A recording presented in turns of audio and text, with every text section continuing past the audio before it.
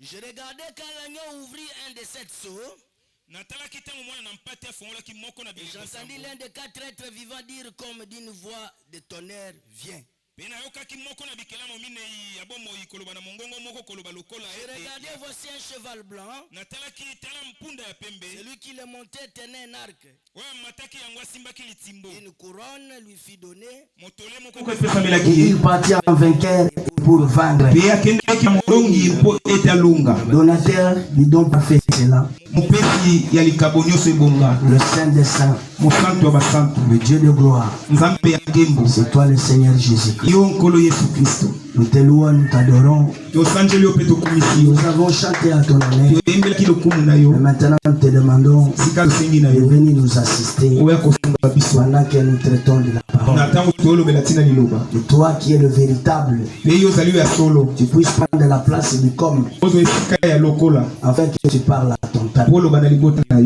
Fais en sorte que celui qui est entré ne sorte pas tel qu'il est entré. Et que la réalité se passe. Qui change. Il y a un baptême du Saint-Esprit. Il y a une nouvelle naissance.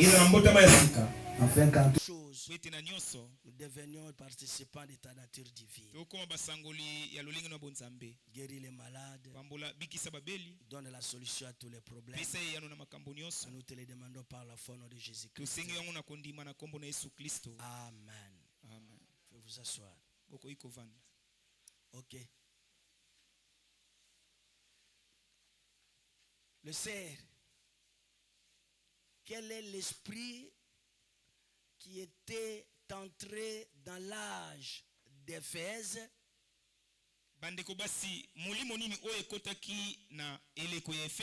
et dont le Saint-Esprit avait condamné? Quel est l'esprit qui était entré dans l'âge d'Éphèse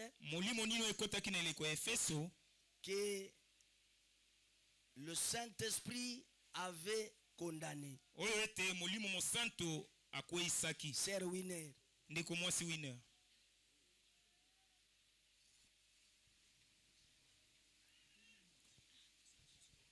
Nicolaïsme. Amen. Alors acclamez très fort pour elle. Ok. Nous allons maintenant commencer notre sujet. Nous avons lu dans le premier sceau. C'est de là où nous sommes arrêtés.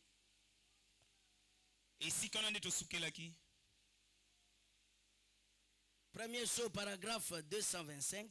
295 plutôt. Voyez-vous, vous vous souvenez dans les âges de l'église, quand nous avons ouvert le premier âge de l'église, là, nous avons vu que le Saint-Esprit était contre une certaine chose qui avait commencé dans cet âge de l'église là. Amen. Frère Branham me dit, quand nous avions commencé le premier âge de l'église, il y avait quelque chose dont le Saint-Esprit était contre. Et il dit, le nom de l'œuvre de nicolaïsme. Nicolaïte. Vous vous en souvenez? Amen. Nikao, ça veut dire conquérir. Laïsme, ça veut dire l'église. En d'autres termes, le laïque. Nicolaïsme, conquérir les laïcs. Faire quoi? Ôter le Saint-Esprit de l'église pour permettre tout cela, pour remettre tout cela à un seul homme saint. Le laisser lui être le chef de tout. C'est déjà vu pour vous Voyez le nicolaïsme. Remarquez le nicolaïsme. Dire dans une église était devenu une doctrine. Et dans l'âge de l'église suivante, c'était une contrainte. Ils ont tenu des conseils de lycée.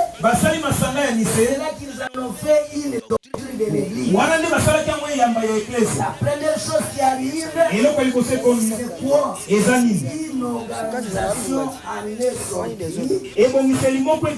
N'est-ce pas vrai ça? Amen. Frère Branham me dit, l'esprit là qui était entré dans le premier âge de l'église, son nom était Nicolaïte. Nico qui veut dire laïsme, qui veut dire le laïque. Conquérir le laïque. Comment conquérir le laïque? Ôter le Saint-Esprit de toute l'église, les donner seulement à un seul homme, pour que le seul homme-là lui soit saint, et que les autres puissent dépendre que de lui. C'est ça la première chose. Que cet esprit, quand cela est entré dans le premier église, il a commencé à le faire. C'est ce qui a rendu toute l'église faible. Et un seul homme a pris le devant. Lui, il était devenu le Saint-Père. Le Saint-Père. Le Saint-Père. Alors que les autres, les pécheurs sœurs, les pécheurs frères, quand tu as besoin que Dieu te vienne en aide, il faut aller auprès du Saint-Père pour aller confesser le péché et que lui prie pour toi. Et il te demande d'aller prier Maria 40 fois. Alors tes péchés sont pardonnés. Toi, tu n'es pas capable d'aller vers Dieu, lui demander pardon et que Dieu te pardonne sans que ça soit au travers du Saint-Père. Ça, c'est un mauvais esprit qui était entré pour empêcher les autres d'avoir accès envers Dieu. Chacun de nous, que ce soit moi pasteur et que vous tous, vous devez avoir le Saint-Esprit. Nous sommes fils et filles de Dieu. Il doit aller vers Dieu sans intermédiaire. Si vous venez chez moi, c'est dans le but que je puisse aussi prier pour toi. Et cela ne veut pas dire que pour que Dieu t'exauce, il faut seulement que ça soit moi.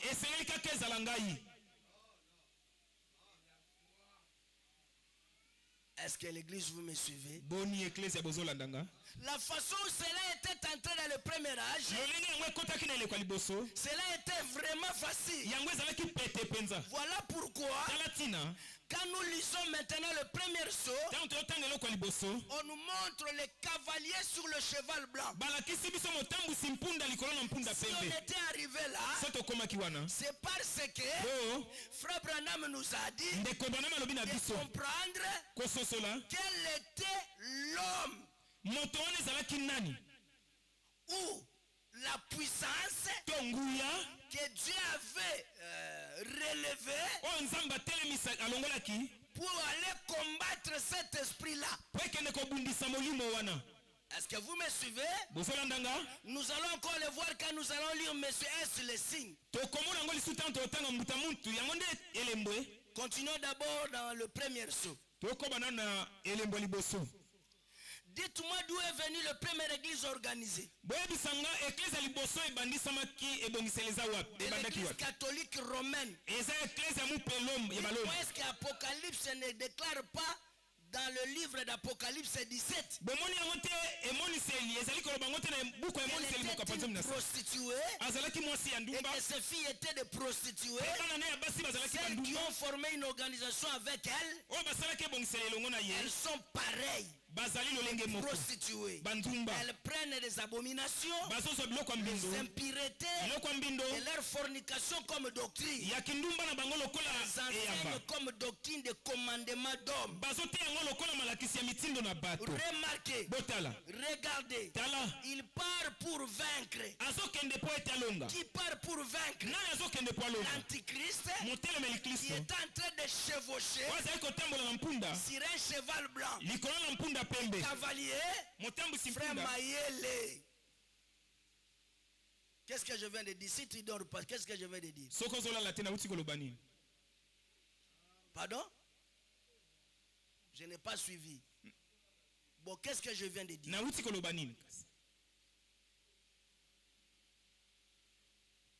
Les cavaliers qui chevauchaient sur le cheval blanc, il allait pour vaincre. Est-ce que vous me suivez? Les cavaliers qui chevauchaient sur le cheval blanc, il allait pour vaincre. Mais maintenant, vous allez voir, vaincre quoi? Ou vaincre qui? Remarquez, il n'a pas de couronne. C'est des cavaliers au cheval blanc que je parle. Voyez? Un arc et une couronne lui fut donnée. Après, voyez? Il n'avait pas de couronne pour commencer, mais une couronne lui a été donnée. Remarquez, plus tard, une couronne lui a été donnée. Oui, même 3 à 1. C'est arrivé 300 ans plus tard au concile de Nicée, alors qu'il avait commencé comme l'esprit de Nicolaïs, en forme une organisation parmi le peuple, et ça s'est poursuivi, ça a continué, et c'est devenu un dur. Ensuite, c'est devenu une doctrine. Amen. Vous devez comprendre que le premier rang, il avait l'arc sans flèche, et on l'avait envoyé pour aller conquérir, pour aller vaincre. Il n'avait pas une couronne. Ce n'est qu'après qu'il a reçu une couronne, quand il a chevauché sur un cheval blanc. Vous vous souvenez? Christ, quand il s'était adressé à l'église, il avait dit, tu es les œuvres de Nicolaïte. Œuvre que j'ai aussi d'essayer de conquérir, de prendre le Saint-Esprit, qui est seulement un seul homme saint. C'est lui qui peut pardonner tout le péché de tout. Alors que Dieu a dit à l'église, il n'a pas dit à un seul homme. Tout ce que vous lierez, il n'a pas dit à un seul homme. Il a adressé à l'église, c'est qu'il a dit à tout le monde, tout ce que vous lierez sur la terre, le lierez aussi. Tout ce que vous délierez, aussi je vais le délier. Le pouvoir a été accordé au Fils de l'homme. Alléluia. Et Jésus a dit, tout ce qui était au Père, il a déversé ça dans le Fils. Et tout ce qui était dans le Fils, en termes clairs, tout ce que le Père avait déversé sur le Fils, il prend ça, il déverse sur l'Église. Ça veut dire que l'Église a la totalité du pouvoir. Amen. prononcer la parole, de lier et de délier. L'église a le pouvoir. Ce n'est pas un seul homme qui en a le pouvoir, alors que les autres puissent en dépendre.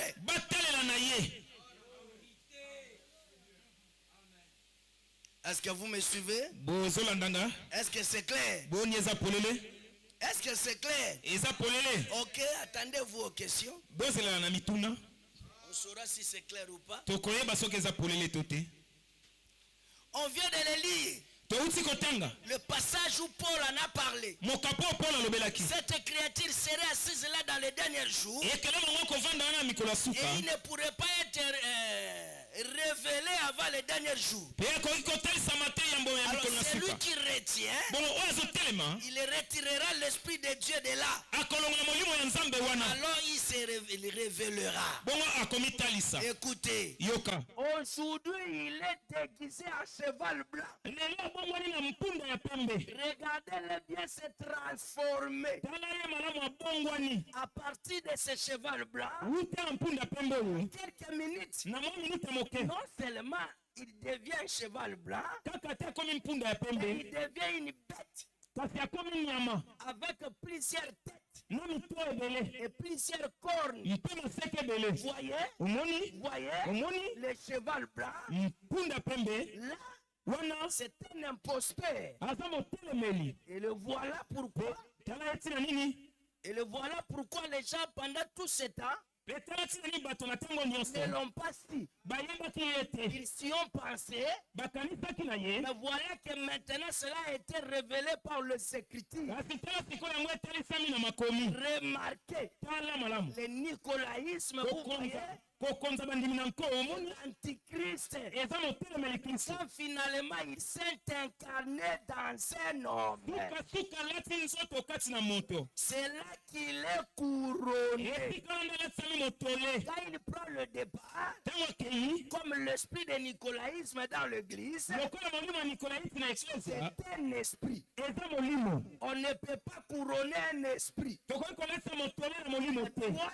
ans plus tard, il est devenu un pape.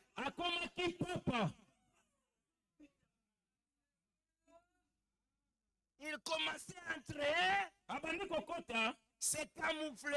Quand il était encore un esprit, on ne pouvait pas le comprendre.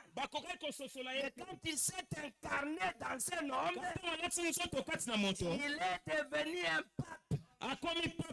Alors quand il est devenu un pape, c'est à ce moment-là qu'on lui a donné le couronne. Et alors ils l'ont couronné. Au départ il n'avait pas de couronne. Et plus tard il a eu une couronne. Le Saint-Esprit s'est incarné.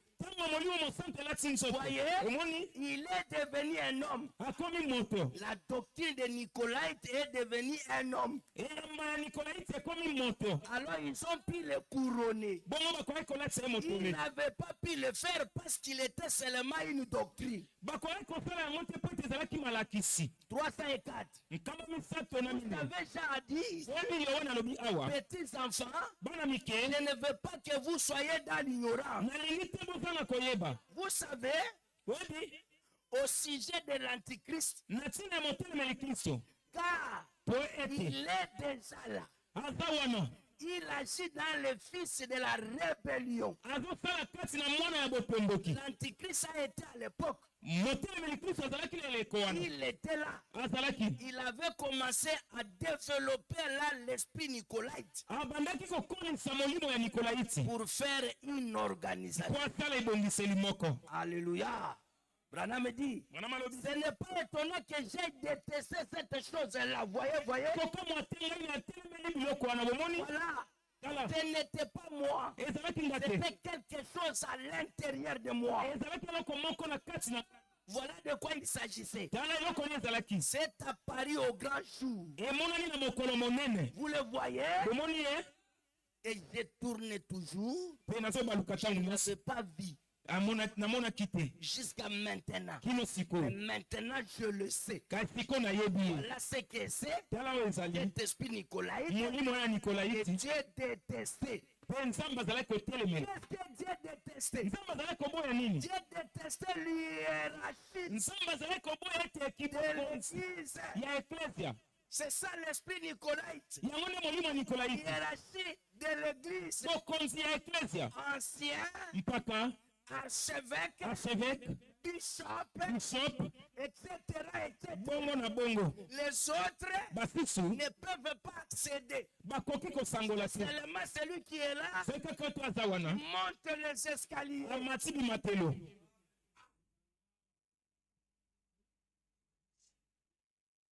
Est-ce que ça va? C'est cette hiérarchie-là qui est en train de détruire. C'est pourquoi Branham me dit, ce sont des choses que moi j'ai détestées. Il ne détestait pas les individus, mais il détestait les sacerdoces. Et quel était le sacerdoce? Le sacerdoce était réservé seulement à un Saint-Père. Pontife.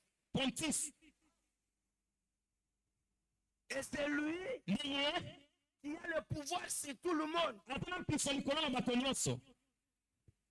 Alléluia. Il dit c'est ce que moi je déteste. Ce genre d'esprit-là qui entrait là-bas. Et là, cet esprit s'est incarné. Ils l'ont couronné. Voilà, c'est ici. C'est ce que la Bible a dit qu'il en ferait.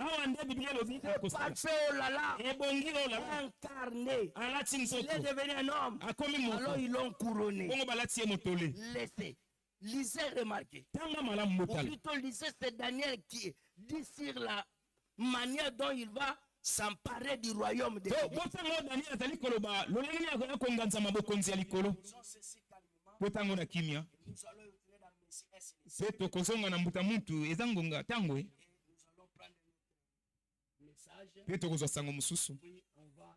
S'arrêter. Donc, il avait emparé du royaume de l'église. Vous aimeriez le lire? On a le temps de le faire, n'est-ce pas? Très bien. Écoutez, retournons dans Daniel un instant. Reprenons le livre de Daniel et on va lire pendant un instant. On en a plus que pour environ 15 ou 20 minutes ou 30 ou quelque chose comme ça, voyez-vous? Prenons Daniel au chapitre 11 et prenons le verset 21. C'est Daniel ici, Daniel qui dit comment cet homme va faire pour prendre le contrôle. Est-ce que vous êtes arrivé? Un homme méprisé se lèvera à sa place. On parla de Rome, auquel on ne donnera pas l'honneur du royaume. Regardez bien là. Mais il entrera paisiblement. Il prendra possession du royaume par de flatterie. Vous voyez comment il est arrivé à prendre le contrôle? Vous voyez comment il est arrivé à prendre le pouvoir? Ce n'était pas par la force. Ce n'était pas par l'imposition. Il est parvenu par la flatterie. Fais-moi très bien. Il a commencé par la flatterie. Et c'est de cette manière il a pris le pouvoir. Amen. Par la flatterie. Frère Branham dit, c'est exactement ce qu'il a fait. C'est ce que Daniel a dit que c'est l'antichrist ferait. Écoutez, il s'adaptera à ce que les gens veulent avoir en place. Oui, ça correspondra à l'air.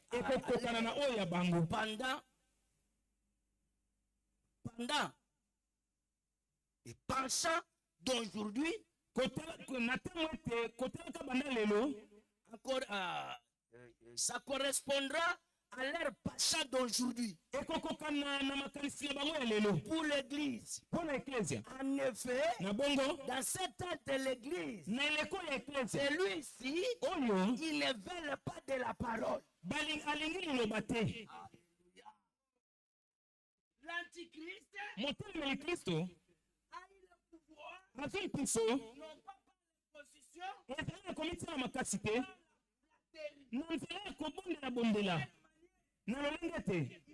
regardé le passant des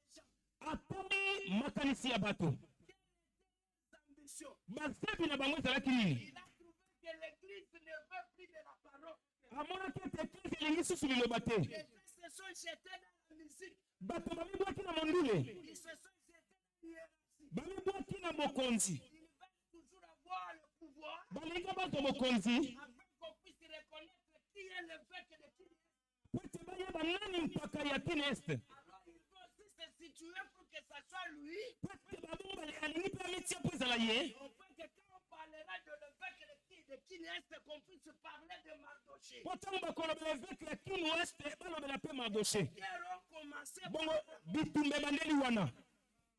Il s'est introduit par rapport au passant des gens et au moyen de la flatterie.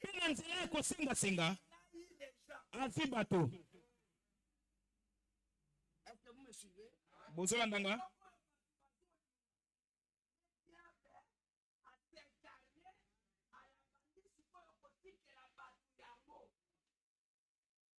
Et c'est comme ça que les gens trouvaient quand l'église Nabicho est appelée. L'église Nabicho, non, est appelée. Ça là quand on lingi pourvu qu'on s'accorde à la chorale. Il ne fait pas la parole. Est-ce que l'église vous me suivez? Christ. Mais ils veulent l'église. Ils ne veulent pas Christ. Ils veulent l'église. C'est pourquoi pour l'église, c'est des problèmes.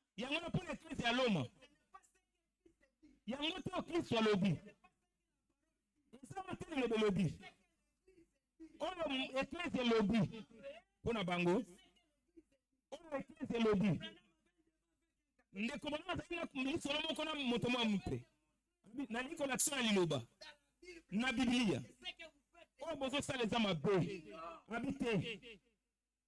Nous savons sauter l'étape de la Bible. Nous c'est ce que l'église dit.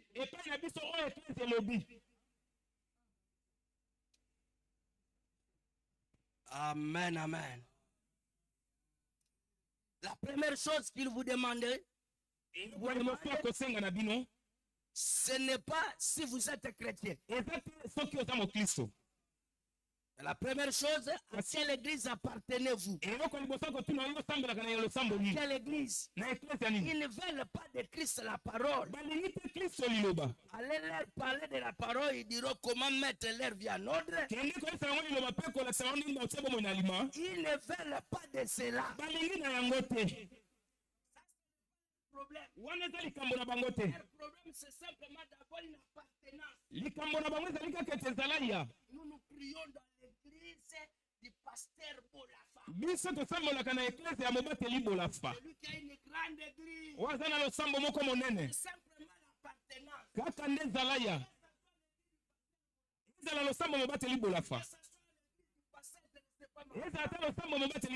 Notre problème, ce n'est pas l'appartenance.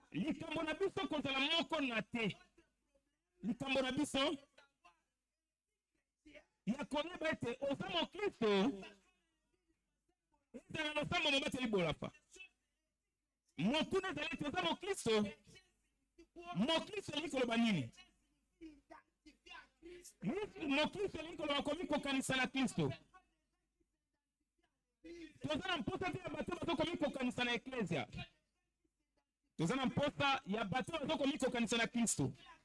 Komikokanisa na Kristo lobi kobotama mbala sika obatisama na Molimo Mosantu lokumu na Yesu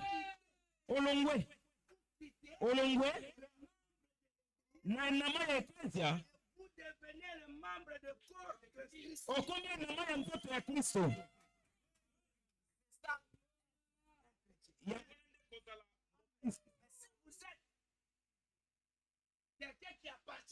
Kasi soki ozali na moto azalaka enama ya Eklezia likambo eza te, okoyemba, okonganga, okobina, okoloba nkota na sika, okosakola, okonganga makasi, kasi bomo ya Kristo eloko te. Yango nde esalaka ete nateyi bato lelo, okoteya bato lelo mpe kolakisa bango liloba lobi bakozongela eloko moko. Okomona bato ete eza mabe, kasi ozalaka motema ya bato ete eotilikama moto.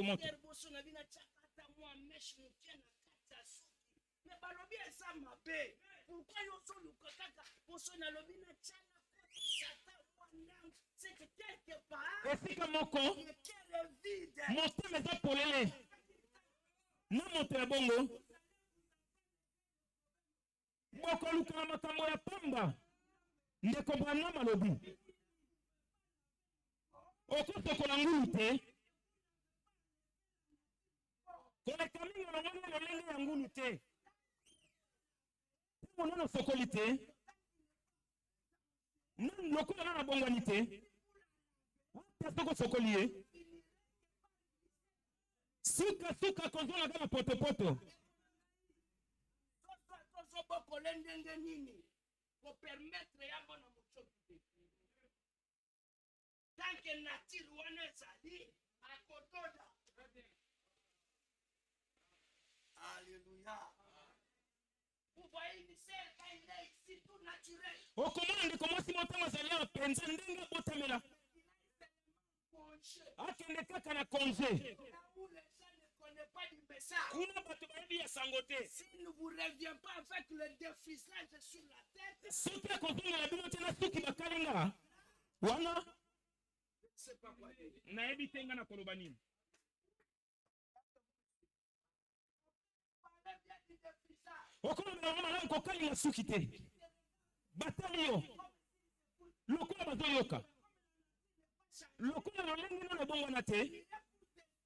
Suka koya kolimbola yo. Na ebitesa kolimbola na liloba.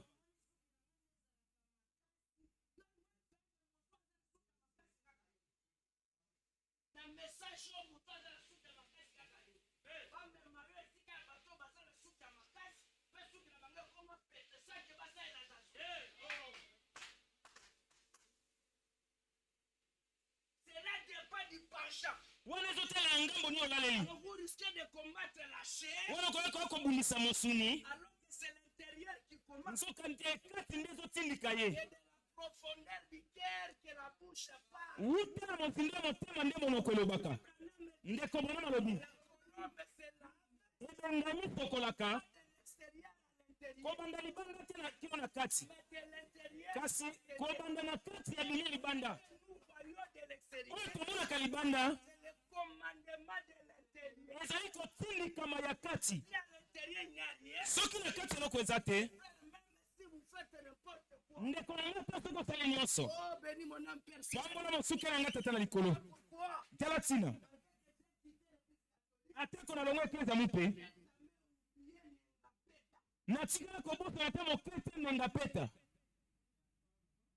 Est-ce que vous me suivez? Bozala nanga. Une fille. Elenge mwasi. Protéger sa virginité. Apatila kimoseka na ye.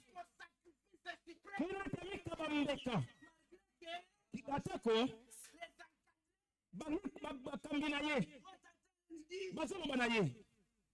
Au moment où nous sommes salés. Natango tokomi. Tu ne peux que céder. Okokika komikaba. Moi. Ngai.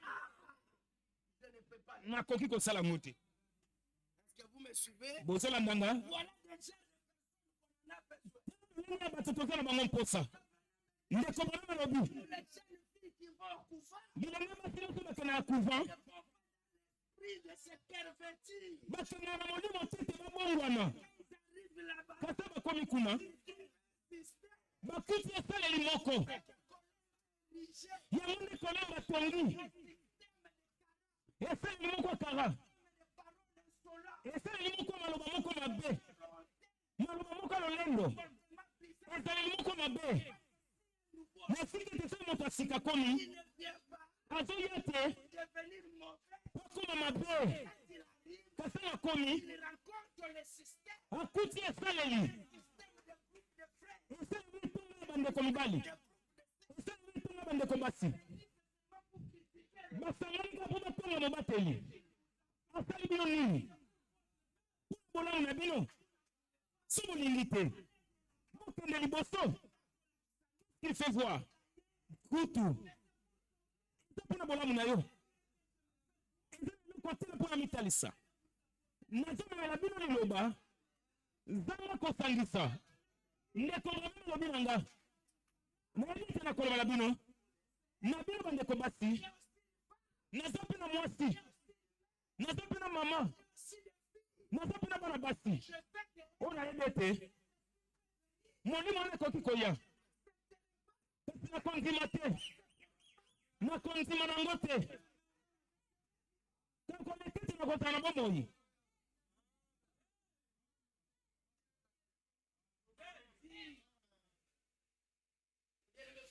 balingami bandeko mibali mpe basi ngonge ye oyo esengi tokóma na kadesi barneya kadesi barneya ezali bokumba eza ntango oyo bokaboni ezwamaki oyo balingi kokende mpe bango balingi kozonga na bango so bozala mopila ya bango balingi kopona mokonzi po bozonga na Egypte wana etali bino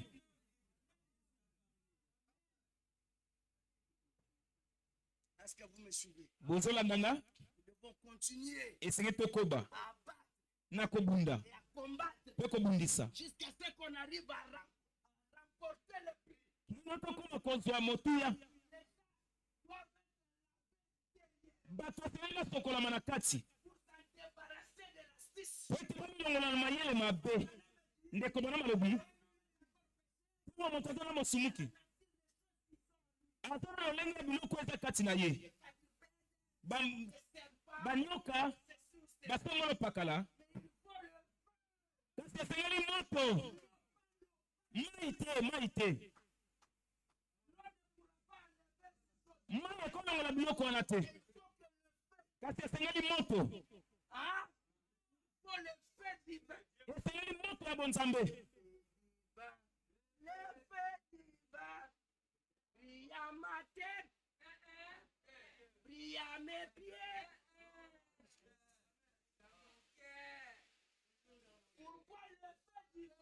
poni moto ya bonzambe esengeli yango epela kaka na motema eza na loyembo moto alobaka ete moto ya sika epela po esala nini po ezikisa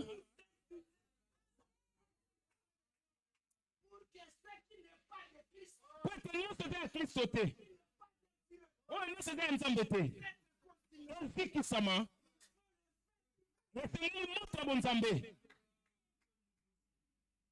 Alléluia. Est-ce que vous me suivez?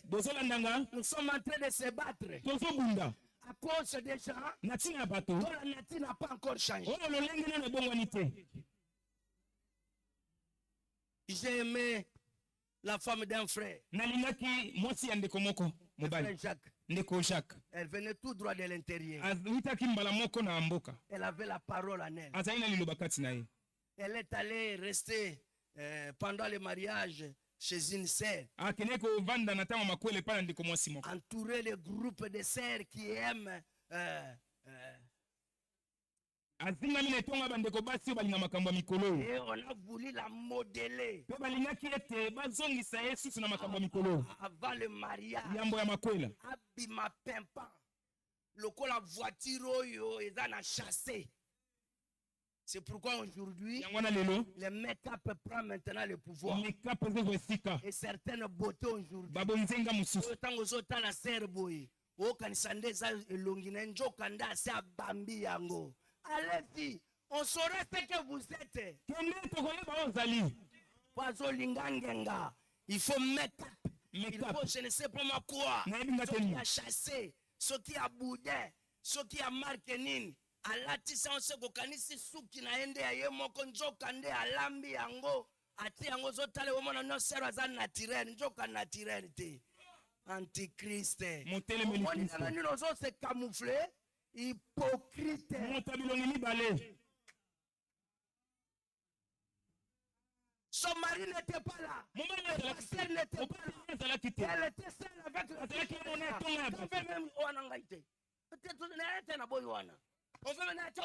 fille. Oh là là là là. Mais il faut passer à la tête. Mais il y a mon soir à Yohana Mitiki.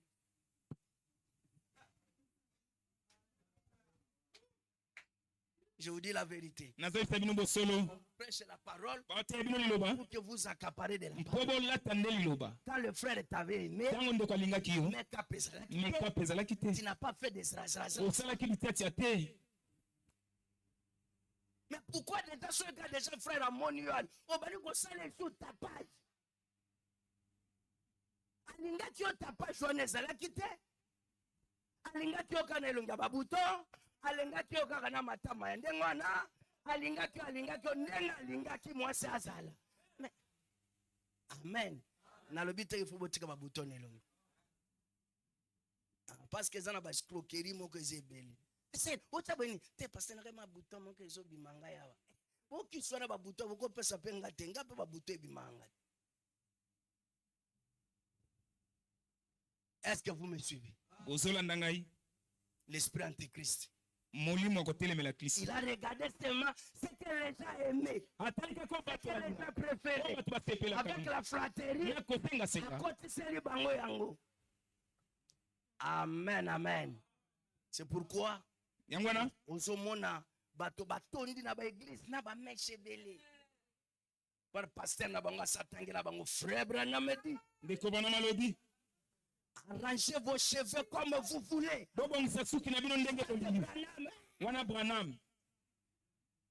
Hein? Arrangez quoi? Mais il n'a pas dit arrangez vos mèches comme vous voulez. Arrangez vos cheveux. Est-ce qu'arrangez vos mèches comme vous voulez? Si vous c'est ça arranger les cheveux? Que Dieu nous fasse grâce. Aujourd'hui,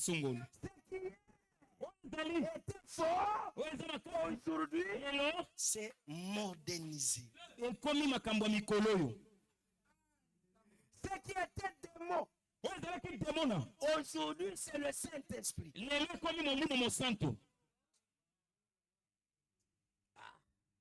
Je risque de m'éterniser ici. Hein? Qu'on avance. Qu'on avance un peu.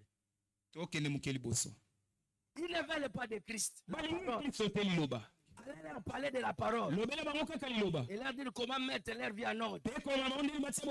Pas de cela. Ce qu'ils veulent, c'est vivre comme ça. Ah. Comme ça, leur chante. Et loko eza motu ya tika ye alata ndenga alingi. Tu me sais serre lambo ya kan. Moto sa musanjoto na eza yo. Okangili pute kangi ozo tambola lokola mwa budia moko soki ya karia. Ya omona obote. Joka ndozo misa. Je me réserve. Nami pekisi. Que Dieu nous fasse grâce. Nzamba sala bisongolo. Tout en appartenant à l'église. Et en maintenant leur témoignage. Ils font tout ça. Ils ne veulent pas perdre leur témoignage. Nous avons pris le message. Oh là là. Nous avons pris le message. On marchait à pied à pied. Kutukuna boza otambola makolo mozaka vrai ser. Mais lelo komo tambola na moto. Kapo kitaka na baveve moto. O kitaka na likana moto. Taba moto yakati yo zo ke likana ndeni. Tango ndange biso tango je témoignage wana etikala kaka. Alingi tandi makapengwi. Pala sasa mo Kristo atika. Biso tango pasteur bulungu toyaka. Tango pompe message. Ya. Esala nini na nzoto apompa pe message esala nini?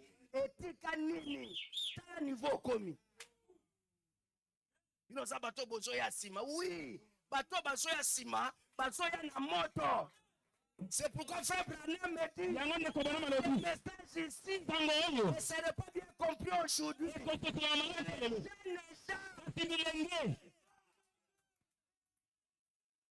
Les jeunes gens vont venir avec le feu. Gloire à Dieu. Ah, ba jeune gens balinga appelé ité. Ah, ba jeune gens ba pari foot ité. Ah. Voilà l'homme du désert. Est-ce que vous me suivez? On n'a pas besoin de gens de Paris foot. On va sur le loco mon côté.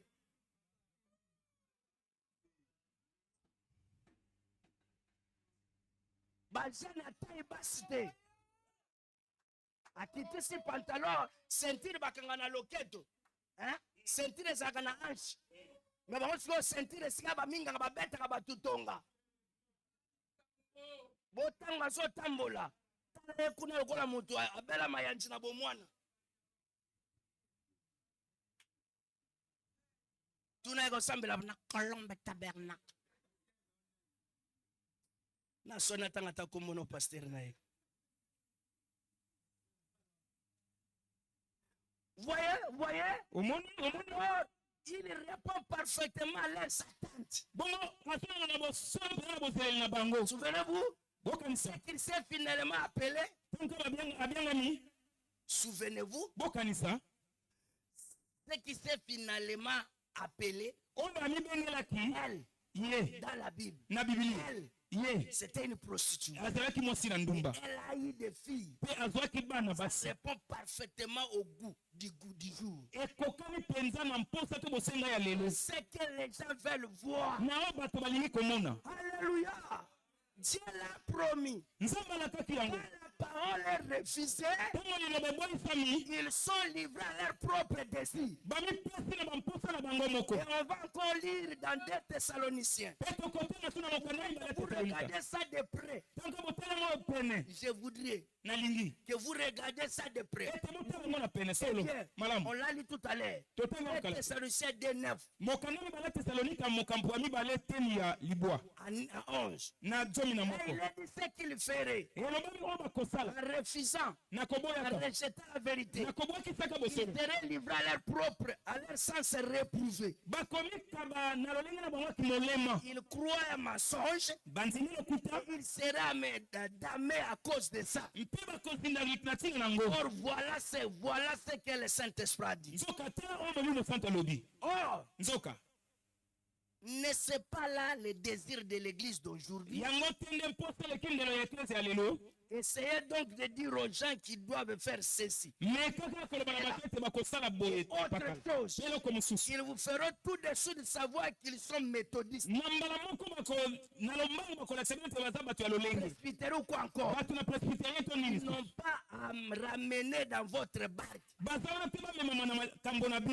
Vous voyez? C'est ce qu'ils veulent.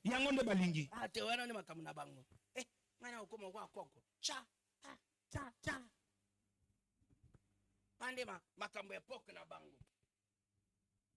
Mais car ceux qui musicien moko.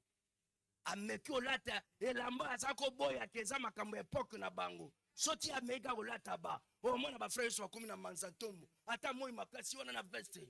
Nyonso wana pona nini? Wana ndeza mode alors, c'est ça. Frère ni la ngate. Na latika pona tongo ni na lamukaki mali wana akosa pasteur na ye. Ah, c'était terrible. Un jour, j'ai remarqué un jeune frère qui portait que des polos là. J'ai demandé à quelqu'un. Pasteur Tika. Polo, combien? Combien? $200. Tika biloko. Ana biloko mokolo. Ndo mona la tagawana. Ba jeune nyonso ya babanga kai. Modende yango wana. Nyonso wana kapo mutu moko alata comme si polo à $500. Kota pona kota ya 500 francs. Kota pona yango sto soldé. Comme ça on a $200. Bato awesome. Mais ceux qui parlent les ABC, on a makamuna bango. Mais ceux qui musiciens on a salle voilà. Yangonde il faut kolanda. Surtout basse. Amona kai loko moko vraiment il kika boy. Le bando mi kote la kana na senase. Bosko so asali yango déjà là tu peux longia ba réponse. Ya caractère. Approchez kaka. So apesio moko amoni lengiso ya misato. So sanji biloko liaki na tongo te. Ozana mwa maîtrise. So mona batu bakota zamba zo biso est-ce que c'est wana ngana koma azwa boru moko sanji sena biloko liaki na 15. Nyoso po koma sika wana te. Ça c'est déjà tout. Ça déjà tout. Ah, que Dieu nous fasse grâce. Nzambe asala biso ngolu. Que Dieu nous aide. Nzambe asunga biso. Si on peut y arriver, sotokokoma. Je crois qu'on y arrivera. Na nzimete tokokoma. Il ne peut pas être ramené dans votre barque. Et Dieu a dit, c'est ce qu'ils veulent. Alors je veux le laisser boire. Et je leur ferai vraiment croire que c'est la vérité. Puisqu'ils n'ont pas voulu recevoir la vérité, le Seigneur leur a envoyé une puissance d'égaré. Puisqu'ils n'ont pas voulu recevoir la vérité, le Seigneur leur a envoyé une puissance d'égaré. Ils veulent ça. Il le laissera. Qu'ils continuent à croire que c'est la vérité. Yangonde wa bemangali fel. So na sa yangonde wa bemangali fel. Siko yo be loko memoli fel zani. Yebi sange loko wa memoli fel. Kindumba be memoli fel te. Ekobo wa memoli fel te. Komela masang mema motoli fel pete. Koyiba ekotika la komema motoli fel te. Et lorsque comme memori feleza moteme kenji. Frère Branham alobi bazo sale kobo bazo yiba po bazo ndima te. Ndi angone comme ma motoli felo. Parce que moto azo ndima ke loko eza mabe osala ngote. Mais soka ndimi te eza mabe akosala ngo. Ezate loko ya so sala ndezo memori feleza ne moteme kenji. Frère Branham dit c'est l'incrédulité qui est péché.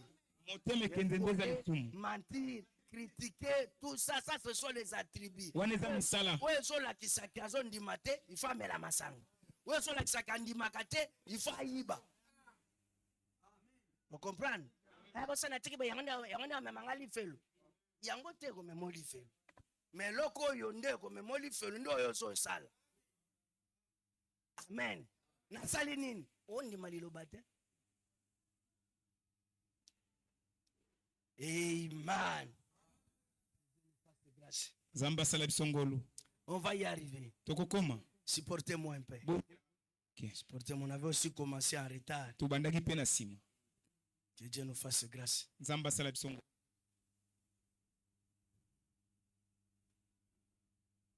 Oui. Il va les laisser à la voix. Je leur ferai vraiment croire que c'est la vérité. Car je leur donnerai un esprit réprouvé. À ce qui concerne la vérité. Maintenant, regardez bien. Ce que la Bible dit encore ici. De même que Jeannès et Jambres s'opposèrent à Moïse. Dans les derniers jours, ces individus à l'esprit réprouvé, déconseillent la vérité, feront de même. Ils changeront la grâce de notre Dieu en dissolution. Ils régneront le Seigneur Dieu. Maintenant, vous voyez ce qui se passe. C'est seulement les catholiques, mais aussi les protestants. Les branamistes, c'est toute la chose. C'est tout le monde organisé au complet. C'est ce cavalier au cheval blanc. Amen. On regarde les kimbangistes qui chaque le 25 ils marchent là. Le 25 Les branamistes sont là, ils regardent. Ils élèvent leur prophète. C'est fini. Le 6 avril. Vous le voyez aussi là-bas. Avec leur tambouret. Photo de l'ange sur le véhicule. Noël. Ils pensent qu'ils sont dans la vérité. On va les laisser comme ça. Avec leur sens réprouvé. On va croire que c'est ça. C'est ça le véritable Noël. Oh, c'est que Branham de Christ Nabino. C'est ça le problème.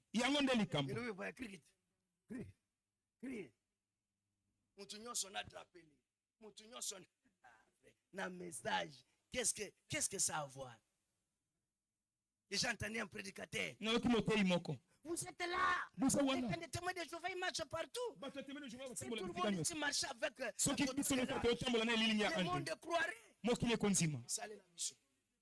Salé la biso yango to pesa Joshua bala to tazo mokili ba wengine.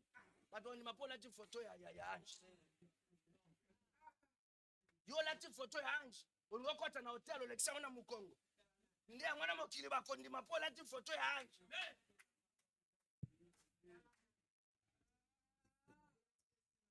Nzamba sunga. Je vous dis la vérité, mes frères. Aujourd'hui, le message est bafoué. Ils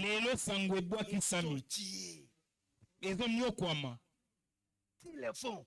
Les gens qui pensent croire les messages. Ah, bien aimé. Yo po melaka masanga. Bongo na sen to melaka ni. Yo ono sa sen. Wapi lipa? Wapi lipa? Wapi kantina mai?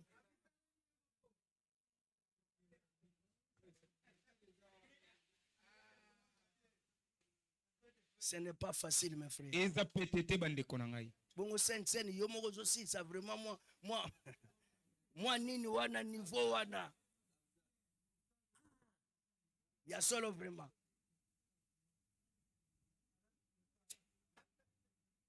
Ça c'est très grave. Que Dieu nous fasse grâce.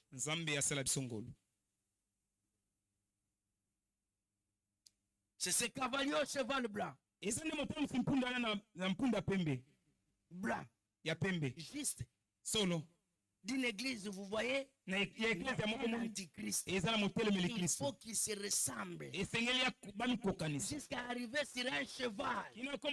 Comme Christ arrive sur un cheval. Vous voyez, anti. C'est tellement proche que ça séduirait même les élites. Voilà, c'est l'antichrist. Quelqu'un qui diminue l'efficacité de la parole à cause de sa faiblesse.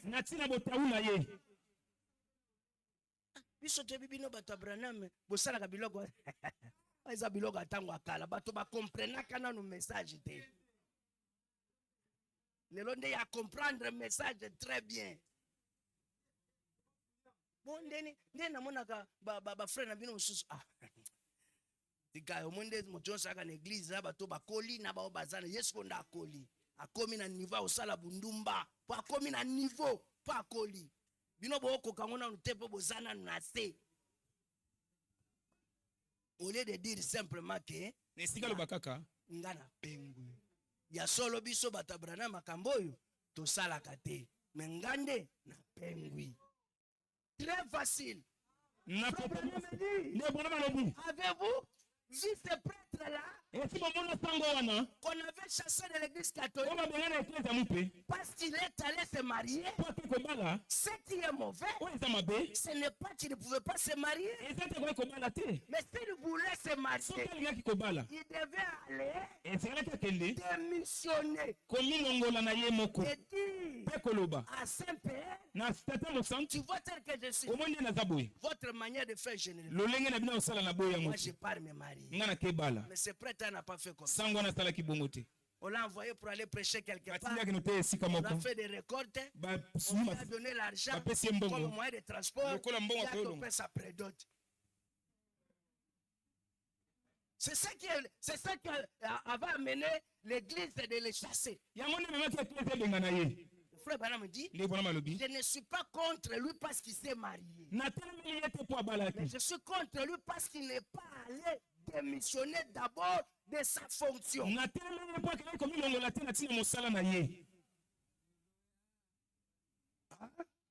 Yo pendenge zawa na soko mono lembi démissionner.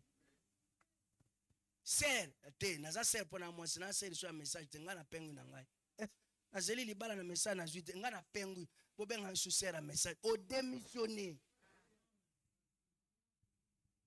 Exactement que aujourd'hui la casse aux Jérusalem mais donc Jérusalem n'a cessé. Jérusalem n'a cessé.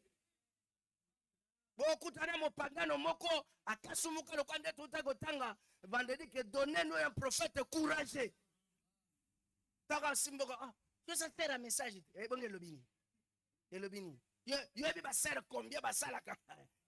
Est-ce que kimel. Soit que tu biso la biso ba sera ngo ba sala. Tangela biso ba kombo ba sera ngo o tanga te.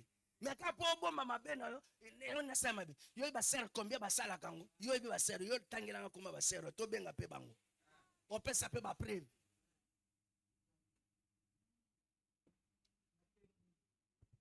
Alléluia. On m'a frère Yohana à Paris foot. Bête mon que longbe ya.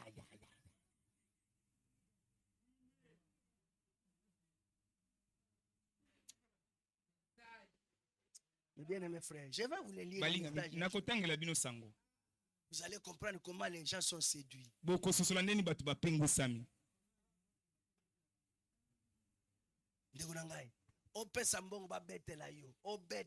es en train de pécher. Ça ne change pas. Amen. Ça ne change pas. C'est ça qu'on peut se mettre sur le masanga telo na karafi. Et là on est changé. Oh là là là là là. Tout comme Christ. Il faut qu'il se rassemble. Jusqu'à arriver sur un cheval blanc. Il arrive sur le cheval. C'est l'antichrist. Il a commencé sa course au premier âge de l'église. Et il continue sa course. Maintenant, regardez bien. Vous dites déjà là. Du temps des apôtres. À l'époque, ils s'appelaient les Nicolaïens. Ensuite, là de l'église suivante, il est devenu une doctrine. D'abord, il était seulement un dur. Koloba. Ensuite, il est devenu doctrine. Écoutez très bien. Les gens élégants, célèbres, bien habillés, très instruits, raffinés, ils ne voulaient pas de toute cette excitation dans l'église. Non, ils ne voulaient pas de toute cette affaire du Saint-Esprit. Il fallait que ça soit une église.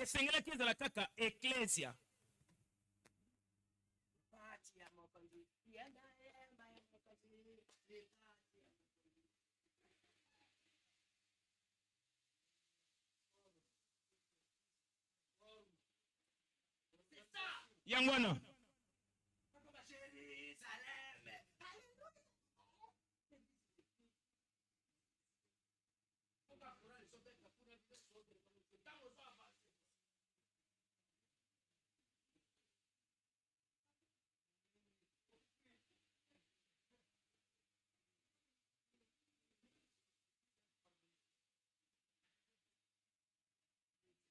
C'est pourquoi Yangwana. il n'y a pas assez de chants de toute l'église. Ezana banzembo tia lo sambo mobimba. Il faut seulement que le Coran. Kaka balanga nzembo. Il faut seulement que samba yasimba. Karapo oyemba. Oyemba nzembo boy. So la comme na niveau ya kotombo la Paul. Il faut commencer. Et ça je côté batinda on cantique numéro 1. Jamais. Et ça déjà. So nga comme na tare kwa benda nini. Faut nzembo boy. Coran essayer ba yango. On a déjà dirigé à Sotalaka. Soit mon gars comme un moment où il pour avoir une main. Ils ont insulté qu'on fait on n'y rien. Est-ce que vous me suivez?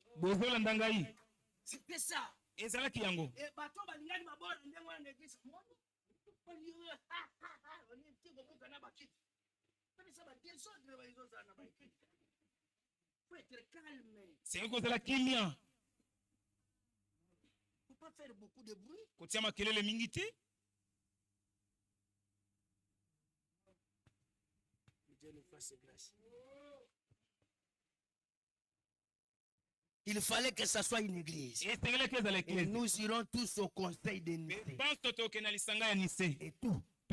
À Rome. Alors, quand ils sont allés, ils ont pris l'église. Ils ont pris le paganisme. Le catholicisme.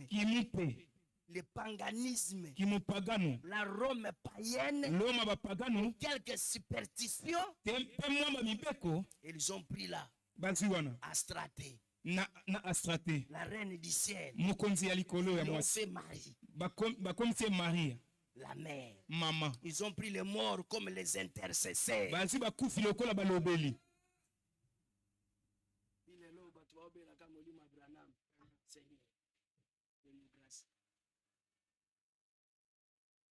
C'est Motosoka a prié. Attends, comment toi les dieux de Branham, prier non les Simbaté. Tu n'as dit à Branham comment on a approché. Non, le Seigneur Jésus. Il faut qu'après, je n'ai pas dit que dire le dieu de Branham c'est mauvais. Mais sur les comiques, on a le toi les dieux de Branham, les dieux de Branham doivent devenir policiers.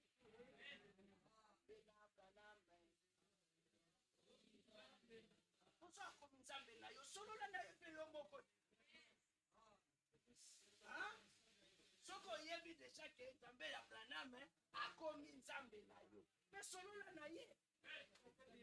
Comment tu ya sakomi Nzambe na yo yo fora na ye kaka.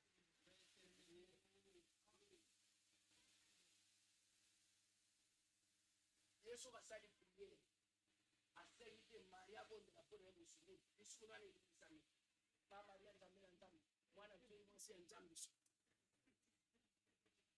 Nzambe na pole biso.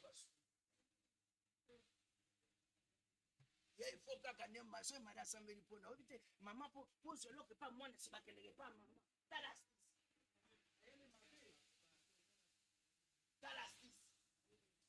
biso que ne pas maman pour maman ne so gâté pas moi le tata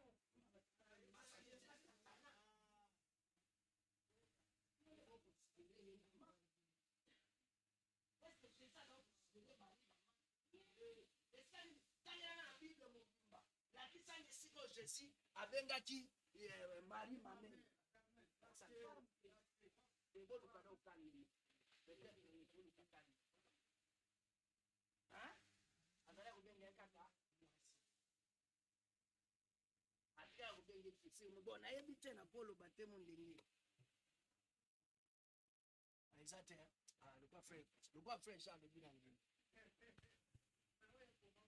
Est-ce que vous me suivez? Tout.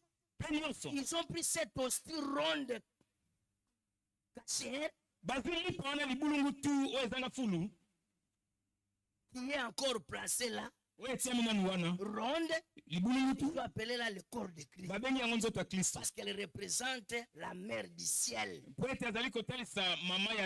Et quand un catholique qui passe devant, il fait le signe de la croix. En effet, les lumières qui brillent à l'intérieur, c'est ça l'être pain caché.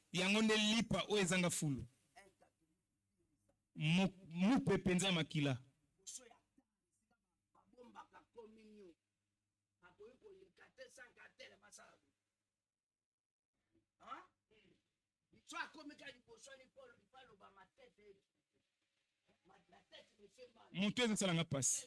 Montez mananga na mobulu. Na ebite na kende wapi? Na kende loboko bo mwasi to ya mobile. Tout ça pourquoi? Nous ça pour nani? Pour ba pona so bima wana. Yango nde pakolami. Ata ko ba yukana sima église. Ayebi déjà que na kwa yango esala. Apo kati sa bongo te. Voilà que c'est les moutons de sa passe. Mon cœur, mon thème, je trouble. À ce moment-là, aucun détail. Le bon à moi, c'est le bon à mon bal. Mon taboué au comme à l'Hollandais. Il y a déjà, mon thème a déjà troublé. À ce moment-là,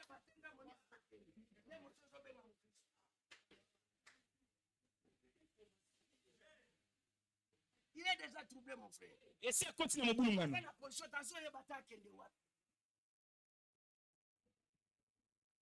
amen, amen.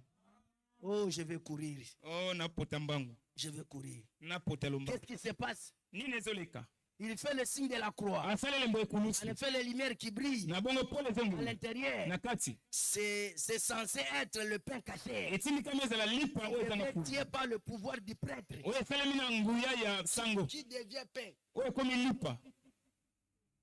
Pas le pouvoir. Qui devient Dieu plutôt par le pouvoir du prêtre.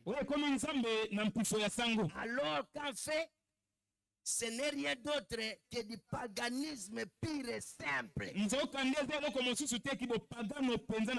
Vous voyez?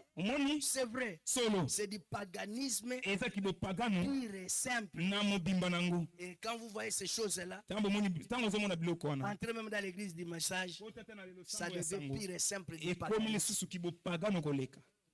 Pire et simple. Regardez les frères comme ça. Ils te traitent d'un pentecôtiste. Alors que vous le voyez, c'est lui qui est un pentecôtiste. Les choses que Luther avait condamnées. Le catholique, il est tombé là-dedans. Les choses que nous avons parlé des catholiques parce qu'ils adorent Marie. Nous avons parlé de Kimbangi parce qu'ils élèvent l'homme. Il dit que c'est lui le saint. C'est ce qui est revenu. Un frère m'a montré. Il a publié une prédication que j'avais prêchée ici. J'ai dit que le Saint-Esprit crie, le Saint-Esprit danse, le Saint-Esprit fait ses films. Et un frère il commente. C'est vrai ça. Parce que Branham c'est lui le Saint-Esprit. Que Dieu te bénisse. Branham danse. Branham crie.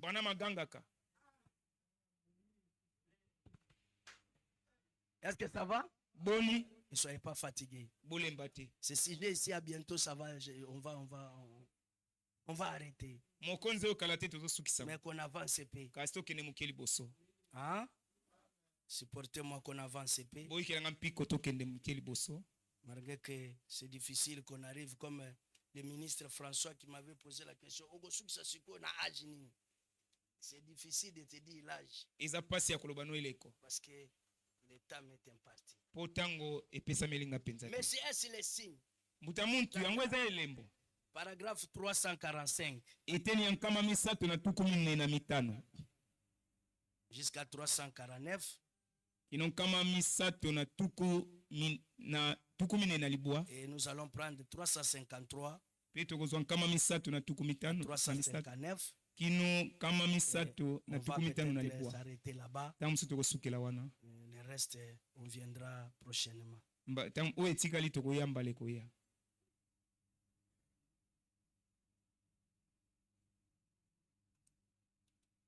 Voilà pourquoi j'aime porter les cravates à cause de ça. Les micros en cravate. Micro et cravate. Parce que parfois, j'aime que mes mains soient libres. Cause la technique vous demande. Mais c'est le signe du temps de la fin. Paragraphe 345. C'est à vous que je pose maintenant la question. Il y a un coup de tonnerre quand cette voix se fit entendre. Avez-vous remarqué que lorsque c'est cette chose qui suivait le 7 âge de l'église, le premier saut fut ouvert. Il y a un bruit de tonnerre. Et quand le premier saut dans le livre fut ouvert, il y a un bruit de tonnerre. Alors le premier saut à l'extérieur du livre ne s'ouvrira pas de la même manière. Il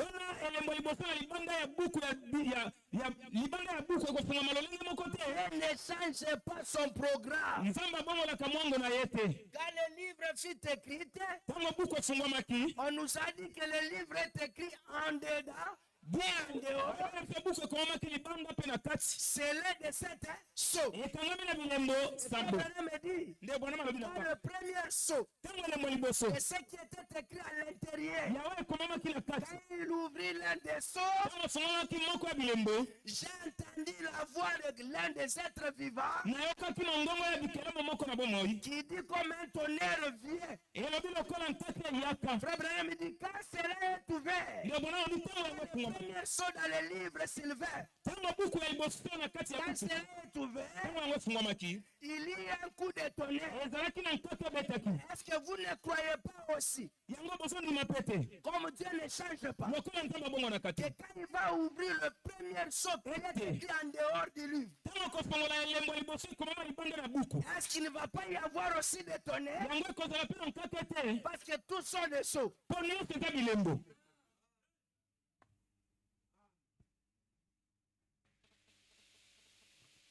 Est-ce que ça va? Boni. Dieu ne change pas son programme. Lisons Apocalypse chapitre 6 verset 1. Quand l'agneau ouvrit un de ces sauts, il est des quatre êtres vivants qui or, il n'y a jamais d'autre tonnerre. Lorsque le dernier saut fut ouvert, il y a dans le ciel un silence digne de miel. Mais lorsque le premier saut fut ouvert, il y a un coup de tonnerre. Hein? Dans le premier saut, il y voit des tonnerres. Après, deuxième, quatrième, il n'y a plus de tonnerre. Ah? Est-ce que ça va? Boni. Oh Église, cela se pourrait-il? Sommes-nous déjà aussi loin? Réfléchissez mes amis. Peut-être. J'espère que ce n'est pas ça. Et si c'est ça, quelle est cette déflagration? Devant Dieu, cette Bible ouverte, je ne mens pas. Une déflagration qui secoua la terre. Et lorsque le premier saut, lorsque le premier de cette sauts fut ouvert dans la Bible, il y a une déflagration. Qui secoua tout. Un tonnerre. Alors si les sauts qui sont au dos s'ouvrent, n'y aurait-il pas aussi un bruit de tonnerre? Je ne sais pas. Je ne peux pas le dire. Il y a un tonnerre. Le premier saut. Le saut était un tonnerre. La trompette était ouverte en ce moment-là. La trompette sonne bien sûr à la Pentecôte. Et ne veut pas entrer là-dedans. Moi aussi je n'entrerai pas. Branham refuse pour le moment d'entrer dedans. Moi aussi je n'entre pas dedans. 353. Maintenant, c'est clair. Quand les premiers sceaux furent ouverts, les sceaux qui étaient à l'intérieur du livre, la proclamation de ces mystères, la justification, la sanctification, l'église catholique romaine, les protestants, tous ces points en suspense dans la parole de Dieu, qu'on laissait leur petite bataille, sont réunis et expliqués par le 7e ange. Quand il vient, voyez-vous, et quand il termine, cet tonnerre faut entendre leur voix. Et Jean a commencé à écrire, mais il a dit ne l'écris pas seul. Alléluia. C'est là où il y a un problème. Quand les premières sortes sont ouvertes, ce qui était écrit au-dedans du livre, c'est le travail du précurseur. Il amène à la restauration. Et comment il commence à restaurer? Il commence à restaurer l'âge des fesses, en révélant le point qui était restant en suspense. La bataille de Paul n'a pas pu expliquer. Bataille d'Irénée, etc. n'a pas pu expliquer quand il vient comme précurseur. Avant d'atteindre le travail, il passe d'abord comme précurseur. Et à la restauration, il commence à restaurer en brisant le sceau qui est dans le livre, en donnant l'explication des points qui étaient restés en suspense. Au temps de Paul, au temps d'Irénée, au temps de Martin, au temps de Colomba, au temps de Luther, au temps de Wesley, les points qui étaient restés en suspense. C'est ça le premier saut, deuxième saut, troisième saut, etc. Hein? Nous avons vu la pierre de Daniel. Frère Branham me dit, dans le songe de frère de Junior Jackson, on avait montré qu'on a commandé. Car si vous ne prenez pas de notes, ça vous Frère Branham me dit, frère Junior Jackson, il a dit, frère Branham, il était devant une montagne. Et sur cette montagne, il y avait la pluie qui avait laissé le train. Et frère Branham était là. Il leur expliquait ce qui était écrit au travers de ces traces. C'est ça le travail de précurseur. Il est en train d'expliquer le saut qui est dans le livre. Mais quand il a terminé, frère Jackson dit, j'ai vu frère Branham saisir quelque chose dans l'air. Il était comme une baramine, comme un rache-clou. Alors, tu as frappé le capuchon de la pyramide. Et la pyramide s'est ouverte. La pierre s'est ouverte. À l'intérieur de la pierre, il y avait une pierre de granit. Oh, dans l'intérieur, là où il y avait la pierre de granit, le soleil n'a pas frappé. Mais maintenant, quand tu as regardé, tu n'avais pas d'explication à donner. Alors, tu as dit aux gens, vous restez ici, en train seulement d'observer les cailloux blancs dans la pyramide. Moi, je pars pour chercher l'interpolation. Et pendant que frère Branham me partait, il était gros. Et puis la mesure qu'il partait, il devenait petit. Il devenait petit. Il devenait petit. Il devenait petit. Et à un moment donné, il est disparu. Alléluia. Au point où nous sommes arrivés, il faut que moi je diminue. Il faut que pour que lui croisse. C'est pourquoi le travail de Malachi, ce n'est pas le travail de frère Branham. Pourquoi? Parce que c'est lui qui révèle ce qui est écrit à l'intérieur. C'est le cailloubla. C'est Christ lui-même.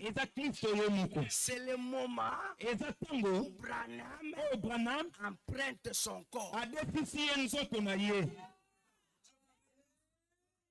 C'est pourquoi je vous avais dit que depuis ce jour-là, Branham n'a jamais tourné le dos.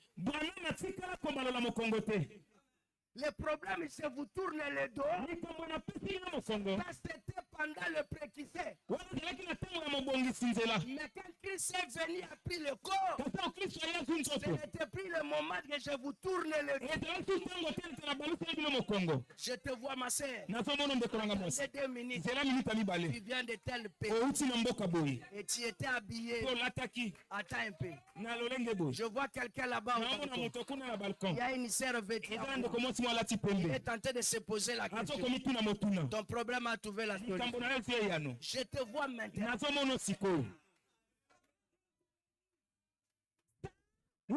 Ce n'est pas le papa de Billy. Ça, c'est lui-même. Il est entré en scène. Branham est disparu. Et ceux qui étaient restés fidèles, quand l'interprétation est venue, ceux qui étaient la pierre de granit, mais ceux qui étaient criés, au lieu de rester regarder, intercès frère Branham. Aujourd'hui, Branham est devenu le Saint. Branham est lui le parent. Branham est lui-même. Branham ou rien. Branham ou rien. Ça veut dire, intercès Branham.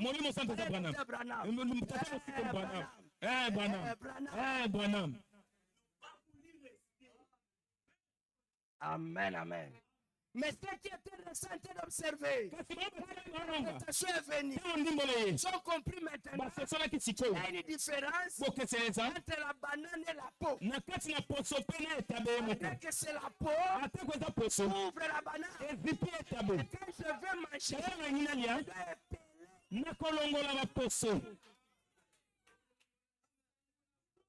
est-ce que vous me suivez? Nous ne sommes pas des singes. Mais il y a des singes aussi éduqués.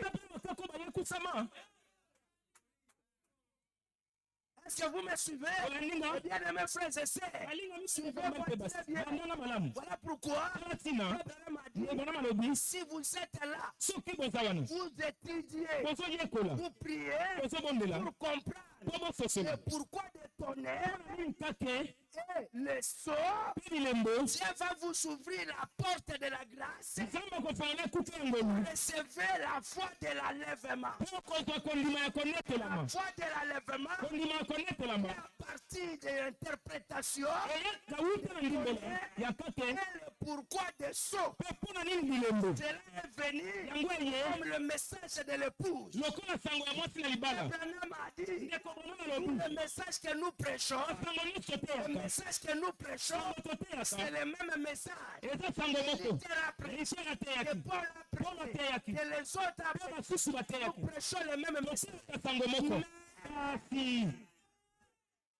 Mais à ce temps de la fin, au 7e âge, Dieu nous a ajouté une portion.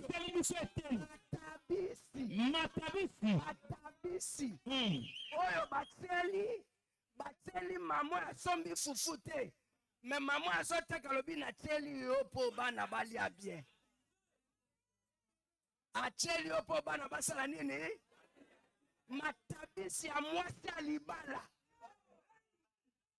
En dehors de ce que Paul, Irène, Colomba, Matin Ateyaki, en dehors de ce que Branham a fait, Dieu ajoute à l'épouse.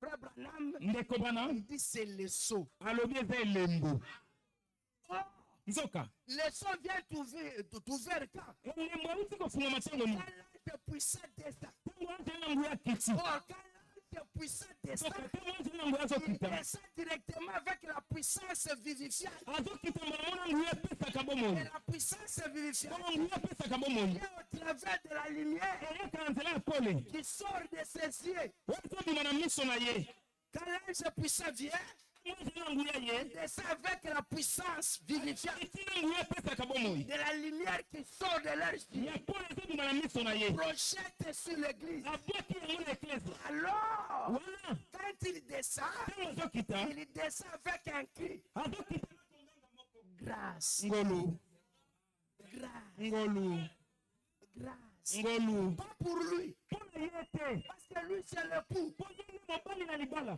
ngolu ngolu ngolu Pour qui? mpo na nani Pour elle. mpo na ye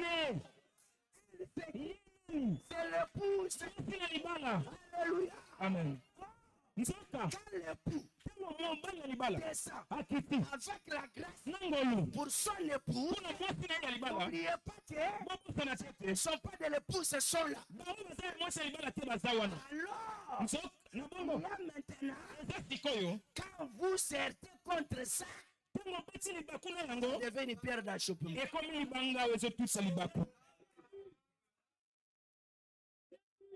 La descente de la pierre fêtière, na bokiti ya libanga moto c'est une grâce pour l'épouse. eza ngolu mpona mwasi ya Parce libala que l'épouse reçoit la puissance vivifiante. mpo mwasi ya libala azwi nguya epesa bomoi Puissance vivifiante, nguya epesaka bomoi la foi de l'enlèvement. eza kondima konetela Chose qui pourrait te faire enlever. elaka kotombola yo Différence avec les dénombrés. bokesaka bibongiseli Ce n'est pas le problème de baptême. eza likambo libatisama Ce te n'est pas le problème de la justice. eza likambo kotombolisama De te la mpo sanctification. kobulisama te Le problème est kasi que likambo eza tous ete ces gens-là, bato nyonso wana pas le Saint-Esprit. bazala molimo santo te Et le Saint-Esprit, molimo mosanto au temps de la fin, eyaka na ntango pour na suka l'épouse qui sera mpona enlevée. mwasi ya libala konetolama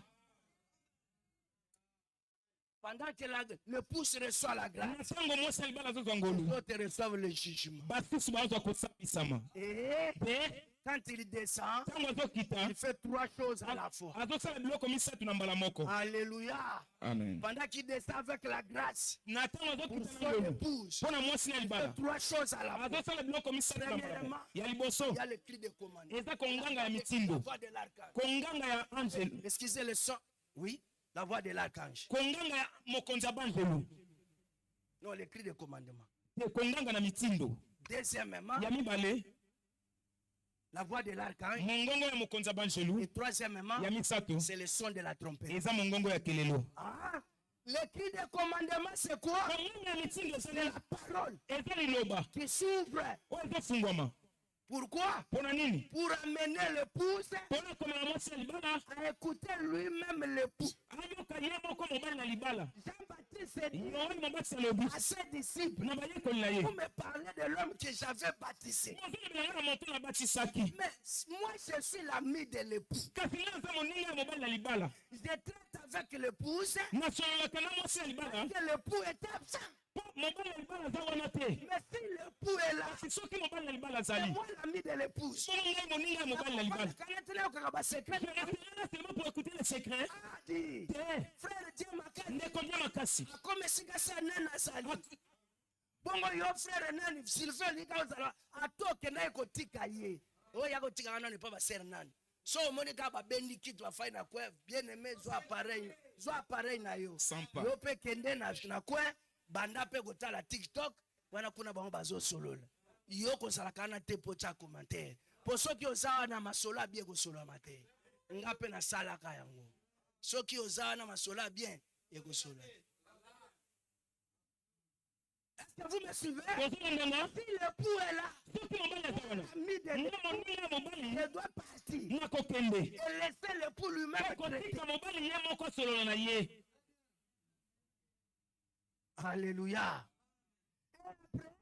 nsima Il y a la voix de l'archange. eza na mongongo ya mokonzi ya banzelu Puissance qui amène la résurrection. eza nguya ezomema lisekwa Et enfin, il y a le son de la trompette qui nous fait entrer dans le souper. Alléluia. Est-ce que vous avez compris? Est-ce que vous savez ceci? Que Dieu vous bénisse. Nous sommes en chemin vers Jérusalem. Nous sommes en chemin vers Jérusalem. Jérusalem. Jérusalem. Jérusalem. Jérusalem. Nous sommes en chemin vers Jérusalem. Nous sommes en chemin vers Jérusalem. Jérusalem.